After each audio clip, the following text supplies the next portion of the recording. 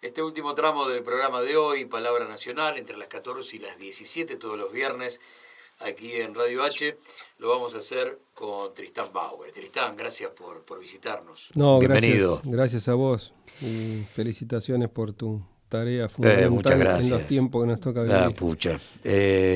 Uno, la verdad es que lo recibe con mucho afecto, pero también con mucha tristeza, porque es parte de 4.000 compañeros. Uno es la voz de 4.000 compañeros que están en la calle, nosotros los que tenemos, no uno, sino todos los que tenemos la posibilidad de hablar, y de un montón de medios que uno jamás pensó que iban a dejar de existir y que ya no están. Sí. Cuando te hablan de que van a rematar Radio Rivadavia, o que ya no está Radio América, o que está en peligro de muerte del Plata, o que todo el grupo S5 está en un día a día. Severas dificultades. No, es una cosa de extrema complejidad.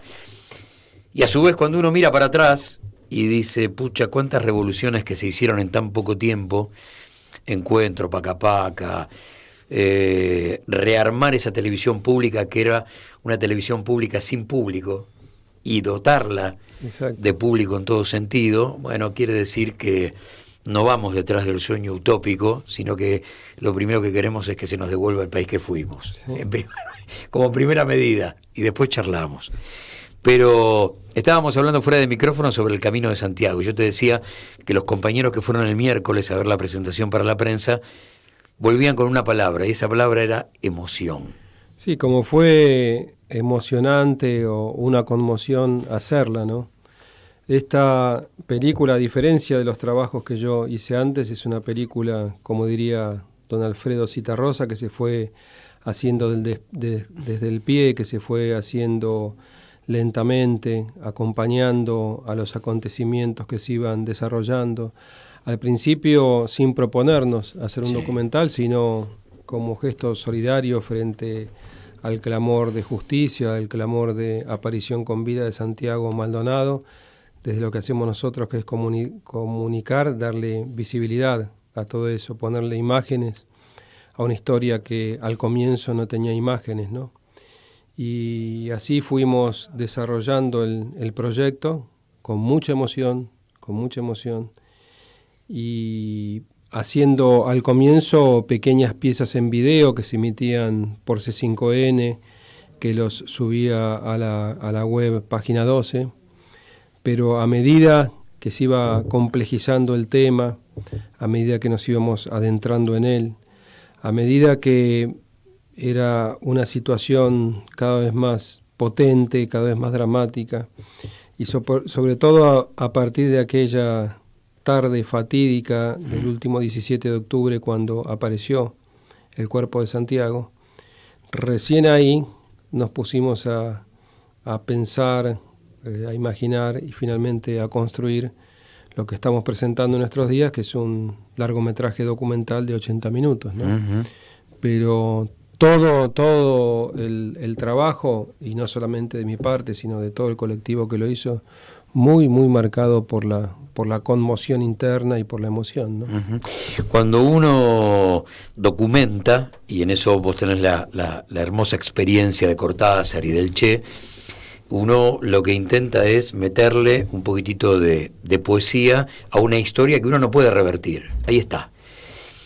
La película confronta con, por ejemplo, hay un pueblo donde todos son iguales a Santiago Maldonado, por hablar de algunas de las tantas fábulas que tuvo esta realidad ficcional que construyó la prensa hegemónica, en este caso Clarín, Claudio Andrade, que todavía sigue hablando de la RAM y cosas por el estilo, para tratar de poner de pie la verdad, porque en realidad es eso lo que genera este documental. ¿Por dónde caminaron ustedes? Bueno, primero hay que destacar el trabajo de investigación periodística que hizo Juan Alonso, ¿no? Que un poco marcó el camino desde ese aspecto. Y después creo que hay un dato fundamental, que es cuando nos propusimos, por supuesto, acercarnos a Santiago, a su vida, a su pensamiento, hacia esa extrema solidaridad, pero no verlo, no plantearlo como un hecho aislado o como un hecho policial aislado, sino a Santiago y podemos decir también La otra muerte joven en la Patagonia, Rafael Nahuel, como partes, como eslabones de una cadena que tiene que ver con la memoria histórica argentina, que tiene que ver con aquel, tal vez como nosotros usamos como punto de inicio en la película, ese genocidio que significó la denominada campaña o conquista del desierto, y ver cómo a partir de esa lucha por la tierra, cómo a partir de ese genocidio que significó arrasar y someter a pueblos, a culturas enteras, devastándolos de todos, cómo eso significó también la creación de los grandes latifundios en la Patagonia, que quedan en manos de la oligarquía de Buenos Aires por un lado y en manos extranjeras por el otro, y cómo ese proceso y esa lucha se va dando y llega hasta nuestros días con el poseedor que sucede en los acontecimientos, que es Luciano Benetton, con casi 1 millón de hectáreas en la República Argentina, o el otro magnate inglés, británico, Joel Lewis, que públicamente el presidente Macri lo declara su amigo personal. Bueno, cómo se van dando estas situaciones y cómo ese joven, tan joven, llega allí al Bolsón, después de peregrinar por Uruguay, por Chile, y cuál es el sentido de esa vida, de esa desaparición y de esa muerte. Creo que en esta mirada integral y que va atravesando líneas, y por supuesto, como vos destacás, una línea más es la línea de los medios, el tratamiento mediático que ha tenido, que a mí me despertaba ira cuando lo iba viendo, y me despertó nuevamente conmoción cuando estuve frente a la mamá de Santiago, Estela, y me contaba lo que significaba para ella, ¿no? Para ella estar esperando un hijo que no llegaba, pero siempre despierta la esperanza de que suene el teléfono y ese hijo aparezca, o un golpear a la puerta con una buena noticia. Y todos esos informes, esos gobernantes funestos y ese grupo mediático funesto diciendo que se había ido a Chile, que andaba por Entre Ríos, que en un pueblo todos eran Santiago Maldonado, la metáfora de Walt Disney, tantas atrocidades, ¿no? Vistas por el conjunto de la sociedad y por esa madre que estaba allí esperando. Para vos en lo personal, porque hablando de Lewis estamos hablando de un tipo que aparentemente tiene una pista donde algunos vuelos que llegan desde Malvinas hacen pie en territorio argentino como si nada pasara. En lo personal, ¿qué uniste vos desde Iluminados por el Fuego, el contacto con las islas, esa historia que llega a vos de la mano de Edgardo Esteban? ¿Qué completaste o qué dato sumaste a eso que había comenzado con Iluminados? Bueno, me pareció muy curioso. Iluminados lo filmamos en la Patagonia. Y el primer viaje que yo hago allí, a medida que iba recorriendo esa estepa, que iba llegando a la zona, no podía evitar estar en ese presente, hablar con los miembros de la comunidad, con los distintos actores que hay en esta trama, y hablar con la comunidad, pero al mismo tiempo tener muy presente esto de la tierra, ¿no? De esa tierra que estábamos pisando y de la memoria de esa tierra que tiene una historia, que tiene nombres, que tiene ese baño de sangre, esos enfrentamientos. Era muy, muy llamativo como... y me parece que nunca me había pasado, cómo caminaba por este presente, indagaba, ver qué había ocurrido en lo inmediato, pero enseguida se disparaba lo que había ocurrido y lo que ocurre durante tantos años en la Patagonia, que es esa lucha por la tierra, ¿no? Hay un dato que nosotros lo fuimos trabajando en la dinámica radial todos los días y emparentando con ciertas cosas del macrismo, veíamos como ellos, que son tan de llamarse por los nombres de pila, ¿no? Mauricio, este tipo era el tatuador, o el anarquista, era el desprecio. No podían hablar de Santiago, nunca pudieron hablar de Santiago. Siempre tuvieron la necesidad de hablar de algo demasiado lejano, porque esa muerte, por supuesto, no les pertenece, o esa vida no les pertenece, sí les pertenece su muerte. No cabe sí, con el a mí realmente, Gustavo, me asombra, sí. Y no termino todavía de comprender la lógica. Uh-huh. ¿Por qué? Porque en una causa que está en pleno proceso de desarrollo, Sí. en una causa que judicialmente está claramente caratulada, no hace un año, sino en el día de hoy, como desaparición forzada de personas.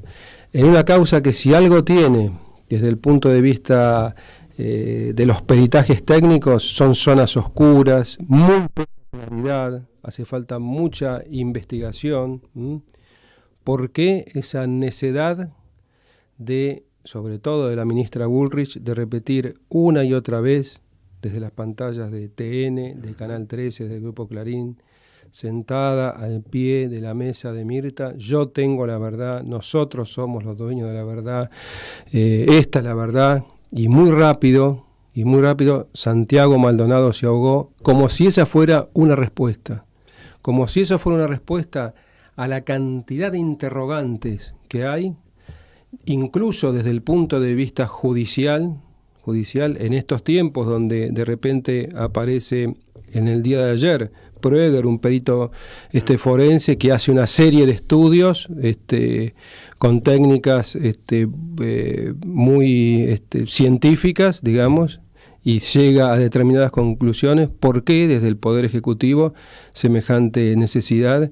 Y eso del tatuador, generando un desprecio, creando casi un enemigo público a la figura de Santiago Maldonado, y no solamente a la de Santiago Maldonado, sino a la de Sergio Maldonado, a la de la familia Maldonado y a la de los organismos de derechos humanos que tomaron esto como una causa propia y que claman permanentemente por justicia, ¿no? A veces nos olvidamos, en esa línea de tiempo está, desde por supuesto, la propia muerte de Santiago, la demonización de Santiago a través de la prensa, la represión en la primera de las marchas al cumplirse el primer mes de su desaparición, y los trolls trabajando para que no se consuma el té de la familia Maldonado. O sea, han pasado tantas cosas que la verdad, a veces uno que trabaja con la información la tiene más o menos ordenada en ese desorden natural, pero uno sabe perfectamente que al ciudadano común se le escapa como agua entre los dedos. La importancia de la aparición de la película es condensar casi todo eso a través de una propuesta documental. Es algo así como la posibilidad concreta de tener primero la historia caliente, porque estos tipos están buscando cerrarla para siempre, pero por otro lado empezar a contestar algunas preguntas que los tipos dejaron como si hubieran tenido respuesta en algún momento, la dejaran para los tiempos. ¿Qué respuesta aparece? No vi la película, quiero ir a verla. ¿Qué respuesta tengo de alguna de esas preguntas que anduvieron dando vuelta en la investigación de Juan y en el laburo de ustedes? La película es una película que, como vos mencionás, se hace en caliente, que se va filmando, se va editando a medida que se van suscitando los hechos, a medida que por ejemplo, que cambian los jueces, a medida que aparece el cuerpo, a medida que hay declaraciones y no declaraciones también, de manera que esa sucesión de acontecimientos se van desarrollando a lo largo del proyecto. Es una película que hace muchas preguntas y que da algunas respuestas. Pero creo que fundamentalmente lo que hace la película es, por un lado, mantener viva la llama de esa vida que se apagó ahí en la Patagonia, que es la vida de Santiago, mientras desde los sectores del gobierno y los sectores de los medios masivos de comunicación hegemónicos se la quiere acallar y se la quiere Se quiere decir concretamente, acá se ahogó y no pasó más nada, ni antes ni después pasó ni pasará más nada, y de este tema no se habla. Bueno, nosotros queremos hablar de este tema. Y la película entonces es un enorme llamado a la reflexión. Y también la película es una película que va mostrando distintas figuras y habla de los peritajes e indaga y muestra imágenes que hasta el día de hoy nunca se habían visto, en la idea central y en la idea fundamental de clamar por justicia, para que no cese el pedido de justicia por la memoria de Santiago Maldonado. El circuito que se eligió para mostrarla, yo apenas lo escuché, lo primero que dije es, bueno, han buscado cómo eludir que la película sea despojada en el circuito comercial después que aparezcan 3 o 4 tanques multinacionales y no den la cantidad de entradas vendidas para que sobreviva. Eso también es haber apostado a, bueno, esta es una militancia y un compromiso y la película no puede desaparecer. Por eso Centro Cultural de la Cooperación, por eso Caras y Caretas, por encima de ese circuito que iba a buscar, ante la primera excusa, sacarla a las 2 o 3 semanas. Y un factor más. Tiene que ver con mi origen y con mi origen de cineasta. Mi nacimiento al cine no es ni como camarógrafo ni como director, sino como proyectorista. Yo de muy chiquito, tenía 13, 14 años, tomaba el proyector de mi abuelo, un viejo Belly Howell sonoro, 16 milímetros, y andábamos por barrios, villas miserias, unidades básicas, iglesias, llevando las películas de Cine Liberación, concretamente La Hora de los Hornos y Actualización Doctrinaria para la Toma del Poder, y una copia en blanco y negro de Operación Masacre, la película de Walsh y de Cedrón, exactamente. En esos años viví muy intensamente lo que era el cine debate, lo que era pasar una película y cuando terminaba las discusiones, era lo de aquella campaña El Lucha y Vuelve. Nunca me voy a olvidar cuando pasamos La Hora de los Hornos con el cura Mujica, que fue la voz central en el debate que se armó, ¿no? Casi no fue un debate, sino una oratoria conmovedora de Carlos Mujica. Entonces, en algún lugar mío está toda esa memoria, y en algún lugar, con esta experiencia que estamos haciendo, me sorprende profundamente, te digo de corazón y de verdad, la repercusión que cuando por las redes largamos por primera vez el tráiler, que lo tomaron también los grandes medios, o sea, surgió por las redes, pero Clarín, La Nación, Infobaes, todos publicando el tráiler, y cómo a partir de ese momento, y pensando nada más que en esas salas que vos mencionaste, empezó a aparecer un ofrecimiento de salas, de sindicatos, de clubes, de pedidos de proyecciones con nuestra presencia, de cómo pueden hacer, que me parece que estamos presentando en estos tiempos donde se cierran pantallas, la posibilidad de que se abran nuevas pantallas y que realmente la película tenga la difusión que merece, la memoria y la reflexión necesaria sobre el episodio de Santiago Maldonado. Una mezcla de militancia y resistencia, porque uno sabe perfectamente cuál puede ser el destino de la película si cae en manos de estos tipos en una sala comercial. Por lo tanto, ahí también la militancia y la resistencia. Cuando aparece el preestreno para la prensa, casi en paralelo surge la voz de Patricia Bullrich diciendo, bueno, esta película completa. Pero eso va a ser que me llamó la atención. Pero no. Eso es otra cosa que yo no lo puedo creer. Porque no es cuando sale a la prensa. Antes. Claro. Si yo tengo que juzgar una obra para elogiarla o para denostarla, lo primero que tengo que hacer es ver la obra, armarme una opinión al respecto, tal vez tener unos instantes para reflexionarla y después decir lo que sienta o haya reflexionado o lo que quiera decir esa obra. Ahora, Apenas surgió un dato que había una película sobre el caso Maldonado, la ministra Bullrich sale por todos los medios, hace la recorrida mediática, TN 13, Clarín, Radio Mitre, y empieza a destrozar la película sin haberla visto, sin tener ni idea de qué se trata, intuyendo por ahí algunas cosas. Eso me parece una barbaridad, pero bueno, es el camino que han elegido. Y veremos cómo continúa, ¿no? Esto también es parte de esa batalla cultural que nos gusta plantear, que ese último capítulo de una batalla cultural que por ahí antecede a la patria como institución, arranca el 24 de marzo de 1976 y por goteo va generando un resultado que nosotros lo emparentamos con Bertolt Brecht cuando decía: el analfabeto más peligroso es el político. No importa, no estamos hablando de instrucción, estamos hablando de un tipo que puede tener 2 máster en Harvard y ser un perfecto analfabeto político. Ese analfabeto político es el que se termina pegando un tiro en el pie en las últimas 2 elecciones, votando a su enemigo como no pudiendo ver qué hay detrás de esa piel de cordero. ¿Cuánto mostrás en la película de ese tipo que está escondido en la piel de cordero, hoy ostentando ese poder variopinto que va desde Nossetti a Bullrich, pasando por Macri, siguiendo por Lewis y terminando por Benetton? ¿Cuánto se descubre de lo que hay debajo de la piel de cordero? Todos los personajes que acabas de nombrar están presentes en imagen y en palabra en la película.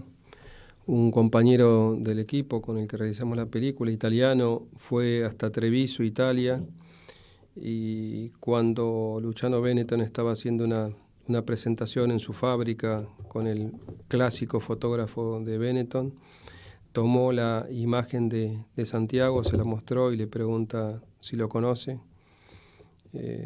Ahí Benetton dice que no, y después se pone a dar una serie de explicaciones que quien vea la película va a poder ver ese relato.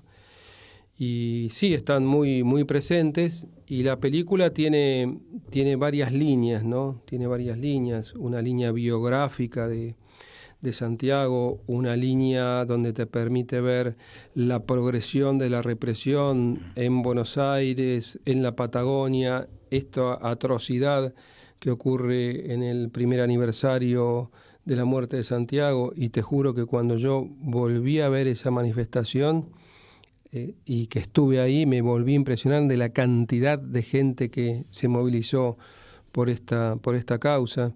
Te permite ver también, ya que te cuento esto, cómo se va dando esa progresión, cómo al principio es casi un grupo minúsculo que empieza a moverse allí en Esquel, que empieza a moverse allí en el Bolsón, grupos minúsculos que son filmados con drones, que los ves caminando y ves a un gendarme que está con una cámara como la que nos está mostrando aquí, de 4K, filmando los rostros, buscando los rostros, y esos rostros que aparecen son los rostros del miedo, como es natural cualquier miedo cuando uno hace una protesta y tenés un uniformado que está sacándote la identidad y la intimidad también. Y cómo desde esos pequeños núcleos esto va creciendo, y concluye en esas manifestaciones realmente inconmensurables, ¿no? Difícil de calcular finalmente cuánta gente se sumó y que trasciende lo nacional y va también hacia lo internacional. De manera que hay varias líneas. La represión en ascenso, la movilización en ascenso, el factor económico, qué es lo que mueve esto, cómo es esta lucha de la tierra, qué pasa con los recursos naturales, también está ahí metido, cómo defienden desde las distintas comunidades en su diversidad los mapuches, cuáles son sus formas de lucha para el intento de reconquista de esa tierra, de esa naturaleza. Son varios factores que se van hilvanando y van construyendo la trama final de la película, ¿no? Uh-huh. Y recién hablábamos con una compañera que es la que estaba filmando acá de las maravillas de la tecnología, y tuvimos la buena fortuna de hacerla en estos tiempos donde hoy podés tener en tus manos. Vos hablabas de Iluminados por el Fuego. Sí. Yo quería hacer en esa película una toma aérea en el campo de batalla. Para eso había que conseguir un helicóptero, un giro estabilizador, y como estábamos filmando en la Patagonia, estar muy atentos a las condiciones del tiempo. Los costos eran imposibles, no podíamos hacerla. Hoy llevas a la Patagonia un dron que podés posarlo en la palma de tu mano, que de repente se eleva a metros y metros de distancia, y que te permite a vos y le permite al espectador, ya no como era antes, que poníamos la cámara en el trípode y nos aparecía la línea de la tierra y ese cielo inmenso. Nos elevamos como un pájaro, podemos mirar como mira un pájaro esa tierra, esa estepa, esas montañas, esas riquezas naturales, y cuando hablamos de la tierra, y el cine es imagen, podés ver y sentir de la magnitud de lo que estamos hablando, ¿no? Uh-huh. En el primer desembarco del neoliberalismo en la Argentina, 30.000 compañeros desaparecidos. Se va el segundo con 38 muertes, diciembre de 2001. Es el regreso de la muerte de Santiago Maldonado a este lugar del planeta para el cambio de la matriz económica, para decir yo mando así, yo estoy incómodo en la democracia, yo cuando me enojo tiro. ¿Es el regreso de la muerte? Mirá, se pueden decir muchas cosas, y como intenta hacer el gobierno, se pueden negar también muchas cosas. Pero nadie puede negar que tenemos en este tiempo 2 muertes, y 2 muertes jóvenes en la Patagonia. Uh-huh. Una que tenemos que trabajar para que se esclarezca, como es la muerte de Santiago. Y otra que ya está totalmente clara, que es el crimen por la espalda de un joven tan joven allí a orillas del lago Mascardi. Y el otro día la escuchaba a la ministra negando esa muerte, diciendo bueno, que fue en defensa, y que cuando las pericias, y miente, no lo indican así, que tenía pólvora en las manos y que se hizo eso en defensa propia. Me parece una verdadera atrocidad, y tu pregunta es, bueno, en este proceso ya tenemos 2 muertes jóvenes ahí en la Patagonia, y como decía Atahualpa, ¿no? En nosotros, nuestros muertos, para que nadie quede atrás. Uh-huh. Cuando mirás para atrás en tu propia historia profesional, política, las sensaciones del país 2003-2015, ¿a cuántos siglos están o están a la vuelta? ¿A dónde? Porque a veces, viste, hablamos con algunos compañeros y ciertas situaciones que tienen que ver con, oh, sí, ¿te acordás? 2005, ¿no? Al Arca, y parece que estamos hablando de la Edad Media. Sin embargo, a ver, no hace tanto. O del 9 de diciembre de 2015, cuando 500.000 personas despiden a una presidenta después de 3 periodos consecutivos de una misma idea. Y parece que estamos hablando de hace 200 años. ¿Dónde está eso en tu corazón, en tu cabeza? Bueno, para mí fueron años muy intensos. Los viví como una especie de, no sé cómo decirlo, de volcán, como esas turbulencias en las cuales uno entra, y que es tanta la tarea del día a día que no te permite mirar la perspectiva, ¿no? Hoy estoy muy feliz de todo lo que hicimos. A mí me paran en el subte, me paran por la calle y agradece todo el mundo con el encuentro. Tantas madres, sobre todo agradeciendo Paca Paca y todas las cuestiones que hicimos. Y yo no creo que sea, como se marcan algunos, incluso algunos compañeros, el final de una etapa. Y tampoco lejos de vivirlo como una derrota, sino como un proceso histórico que se dio en un momento, culminando el siglo XX, donde asumieron presidentes en América Latina, porque yo siempre me guié por aquel mandato de los viejos que lucharon por la independencia.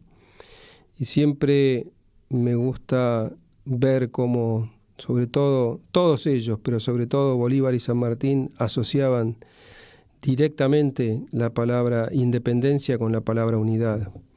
Y cómo en los momentos que se logró avanzar en independencia, en unidad, llegamos a momentos como los que vivimos estos años, ¿no? Del Brasil de Lula, de la Bolivia de Evo, de la Argentina de Néstor y Cristina, del Ecuador de Correa. Y esa unidad creo que nos dio mucha fuerza. Ahora estamos viviendo situaciones de extremo conflicto, pero en el caso de Brasil había una presidenta elegida democráticamente, 55 millones de votos, y del otro lado un conglomerado mediático con la potencia que tiene O Globo, los hermanos Mariño, aliados con la justicia y el poder económico. Bueno, una elección de esa tensión pudo más ese conglomerado que 55 millones de votos, ¿no? Uh-huh. ¿Qué hacemos con estas realidades? En Ecuador aparece ahora claramente la palabra traición. En Ecuador se gana un proceso y ese proceso, por lo que estamos viendo, está siendo traicionado. Bueno, aprendamos también de la elección. En México, donde parecía que no había posibilidad de transformación, de cambio, gana un proyecto presentado y claramente desde la izquierda, con un presidente que va a asumir como López Obrador y que va a influenciar y a llenar de nuevos aires el continente. De manera que, tratando de contestar lo que vos decís, no lo veo como una etapa que se fue, que terminó, sino lo veo como un tiempo, en lo personal para mí, te digo, como un terremoto de todos los días estar en una vorágine que a veces, y esto es lamentable, no me dio tiempo para pensar por la necesidad de actuar inmediatamente, y deberíamos haber tomado algunas situaciones con mayor delicadeza y trabajar más en ellas, pero yo lo veo como una continuidad de una lucha que estamos viendo, que estamos dando, y ojalá seamos capaces de... Ayer cumplimos un nuevo aniversario de la muerte de Evita, ¿no?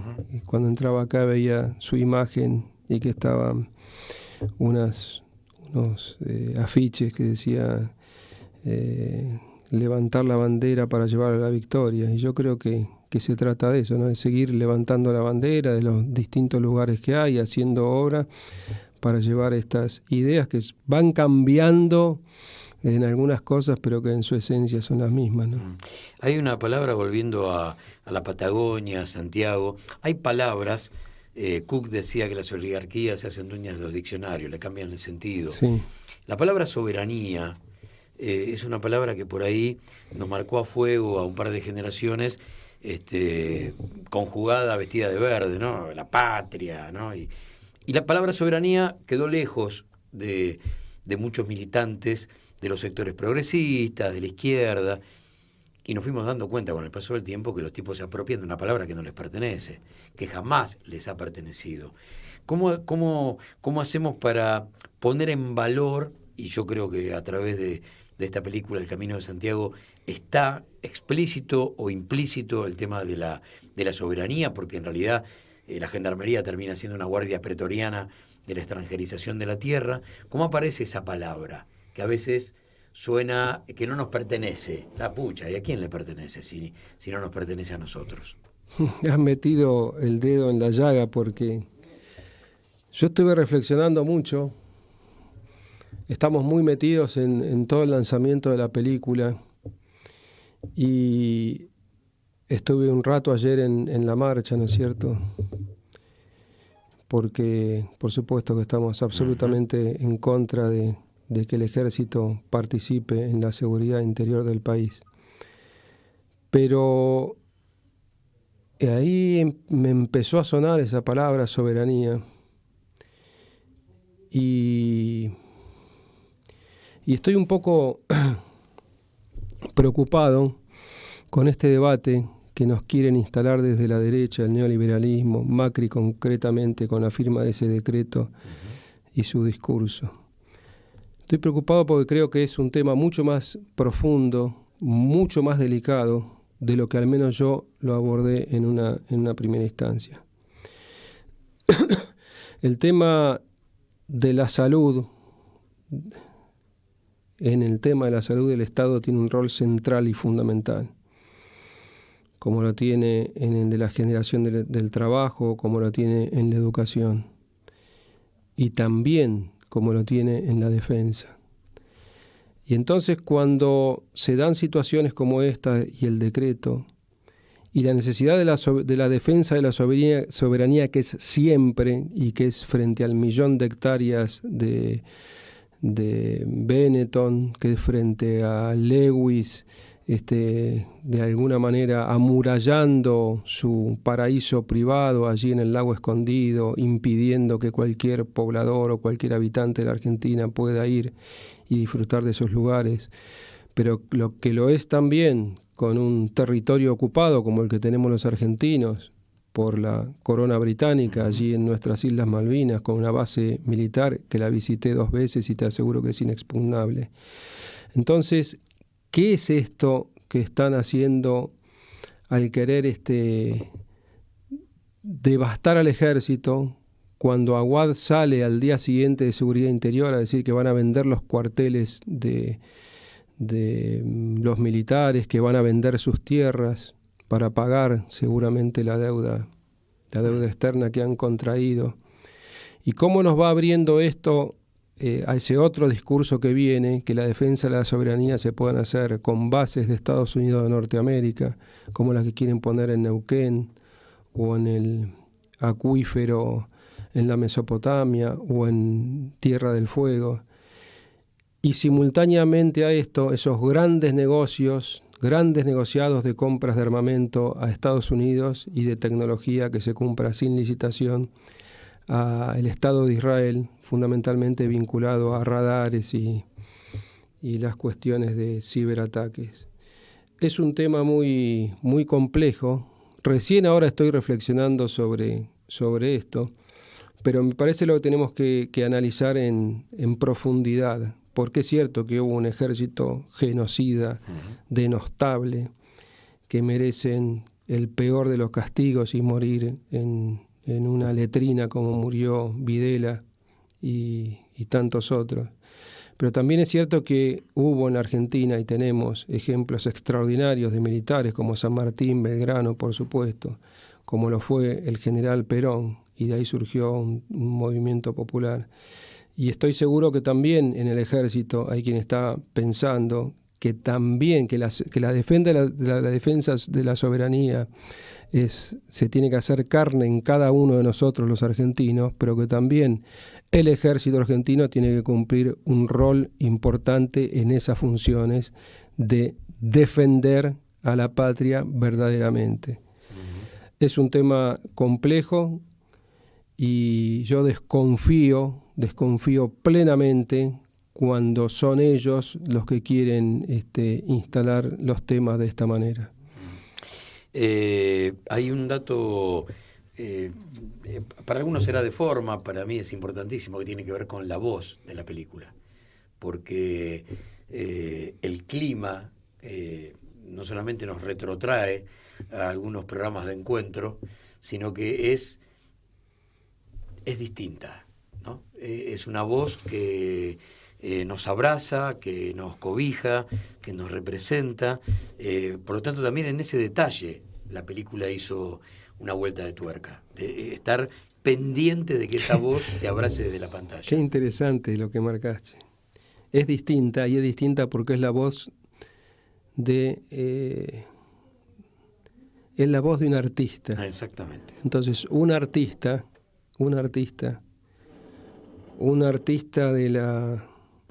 de la calidad humana de Darío Grandinetti y de la precisión formal de Darío Grandinetti, solamente él, como solamente el pincel de un enorme pintor nos puede presentar un paisaje y enseñarnos a ver de manera distinta, como solamente estábamos escuchando una música preciosa mientras esperábamos, como solamente Atahualpa Yupanqui puede hacer sonar su guitarra. Bueno, las cuerdas de voz de Darío, la calidad para leer cada palabra, la minuciosidad, y no solamente para hacerla comprender, sino para hacerla sentir, es un rasgo distintivo. Darío se sumó desde el primer día, cuando éramos muy poquititos haciendo aquellos informes, por supuesto que acompañó todo el proyecto, y sin lugar a duda es absolutamente distintivo en la película. Es una película con las mismas imágenes, los mismos drones, los mismos personajes, contando las mismas historias, todo igual, el mismo guión. Sí. Es una película leída por cualquier otro habitante del planeta Tierra, leída por Darío, que le da un carácter de una profundidad extraordinaria. Mientras te escuchaba hablar de Darío, pensaba también, bueno, en vos y en todos los compañeros, ¿qué implica hoy jugarse? Porque obviamente es como que estamos siendo señalados desde algún lugar como seres despreciables para el sistema. Pero bueno, afrontar el compromiso, es decir, yo soy esa voz, yo la filmo. No, una valentía. Qué bárbaro. Sí. Es todo un tema, ¿eh? Porque sí. Él sabe a lo que se expone, yo ustedes saben a lo que se exponen, y eso implica... Yo lo sé. Bueno, nada, que Clarín a la primera de cambio te va a encontrar que le afanaste una goma de tinta lápiz a un compañerito en 5º grado o a... No sé, todas esas cosas que uno sabe van a suceder sí o sí, y sin embargo yo pongo la voz. Y si hablamos de artistas, yo tengo una relación entrañable con León Gieco. Y León es un, aparte de ser un artista, un cantante, artista popular querido, es un cinéfilo insólito. De los clientes que yo conozco... Mirá. Es el que más cine nacional ha visto, contemporáneo. No conozco a nadie que haya visto más cine que León. Y siempre tiene su mirada particular. Uh-huh. Entonces, cuando ya la película estaba muy, muy avanzada, sí. Me interesaba mucho su opinión, mirada, sí. Su mirada. Y solo su opinión y su mirada. Y nos juntamos en la casa de un amigo. Ya la película estaba con la música que hoy tiene, ¿no? Y se la mostré, bueno, discutimos algunas cosas, me dijo sus puntos de vista, lo que pensaba, tomamos vino, comimos empanada, nos abrazamos como siempre y nos fuimos. Y a los 10 días, a la semana, llama a mi mujer, me dice, che, ¿cuándo está Tristán que quiero ir a verlo? Y acordamos y un día viene a mi casa, suena la puerta, entra León y dice, tengo algo para la película. No. Tengo algo para la película. Y trae esa canción, que a la vez es un poema de él, Las ausencias, que finalmente es el tema con el cual cerramos el documental. Así que también, y eso que decís vos que yo lo valoro enormemente, que es la valentía, ¿no? Sí. La valentía. Que en el caso de estos dos tipos concuerda con su historia. Sí. Su compromiso, su historia, su posición, enfrentando a quien sea, a través de sus canciones, a través de su postura arriba del escenario, las declaraciones ante la prensa, que en el caso de Darío y de León siempre han sido en el mismo sentido. Te escuchaba hacer los nombres, y en más de una oportunidad, a uno le pasó en este tiempo, cuando uno habla de los tipos que se abrazan a estos proyectos, al proyecto al proyecto de país. Yo ando por ahí siempre gritando que no hay dos proyectos, no hay dos modelos de país, hay uno solo que confronta desde hace 208 años con un modelo de colonia. Ese proyecto de país tiene toda la coloratura variopinta del campo nacional y popular, que discute el cómo, la herramienta, la velocidad, qué sé yo, las diferencias. Pero no confronta con otro modelo de país, confronta con un modelo de colonia. Ahora, cuando uno ve quiénes están parados en ese modelo de país, en el arte, cantantes, actores, cineastas, poetas, y quiénes son los que están en la vereda de enfrente, con tanta miseria, con tantas voces repletas de odio, y que encima son parte del submundo del arte, son una quinta línea, uno entiende perfectamente que algunas cosas son incompatibles. Y no hay forma de que la belleza sea incompatible con la crueldad de la derecha o del neoliberalismo. No hay forma. No es compatible con la muerte, no es compatible con el hambre, no es compatible con la marginalidad. Y uno a veces se pregunta, ¿por qué tanta duda en algún hombre de a pie?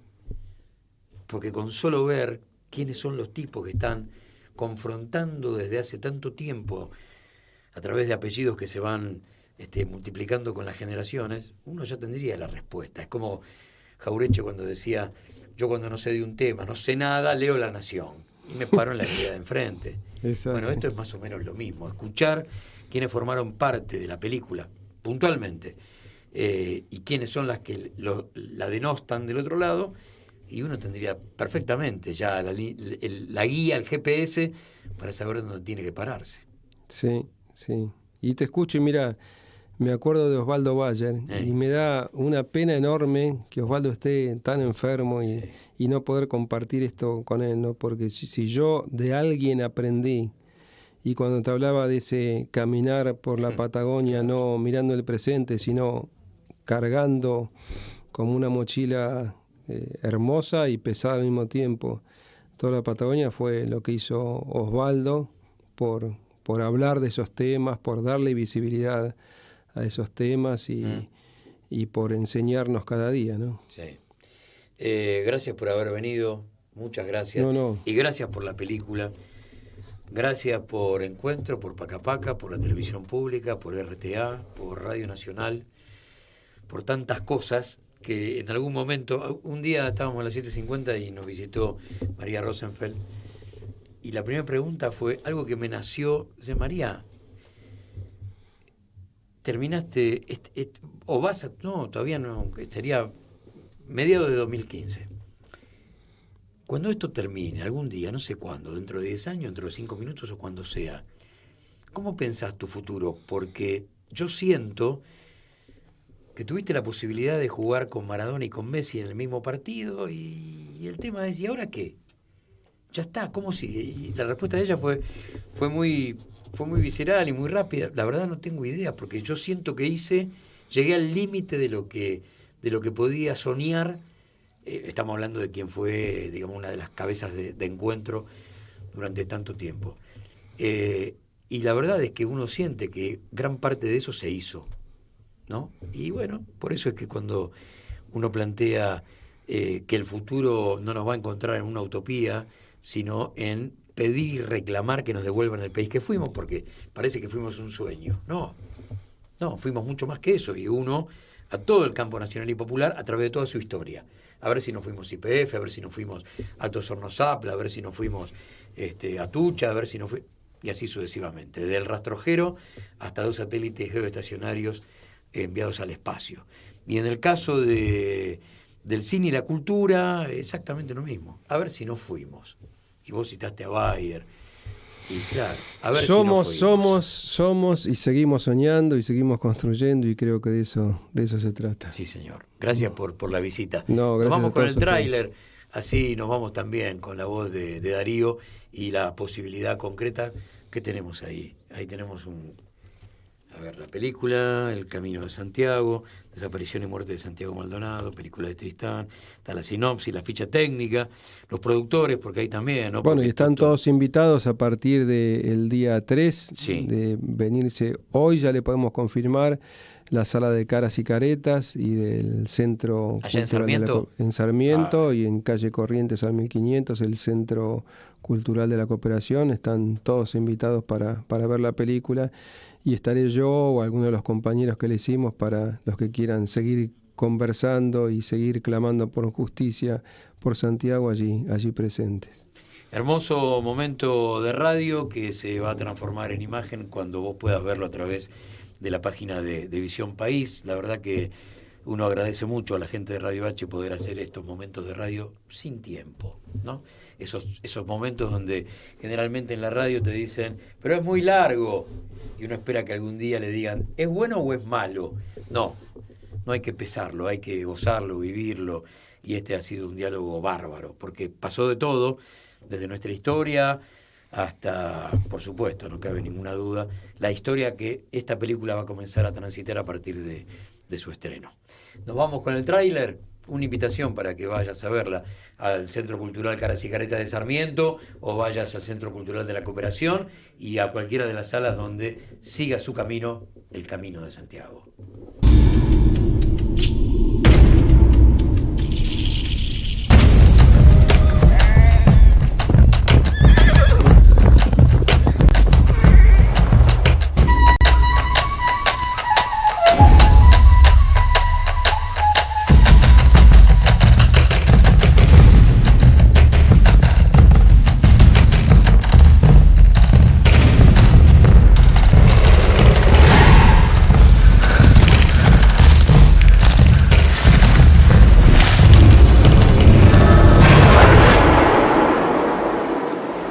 ¿Qué pasó a la orilla del río Chubut?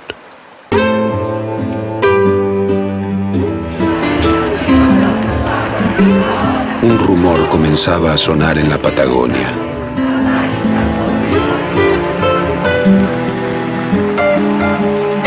Una pregunta. ¿Dónde está Santiago Maldonado? La desaparición de un activista durante el desalojo de una protesta mapuche. Io volevo chiedere prima al signor Benetton se conosce lui. No. No. Personalmente no. Prefiero como ministra de la Nación asumir la responsabilidad del caso, dejar que sea la justicia la que investigue y no tirar un gendarme por la ventana.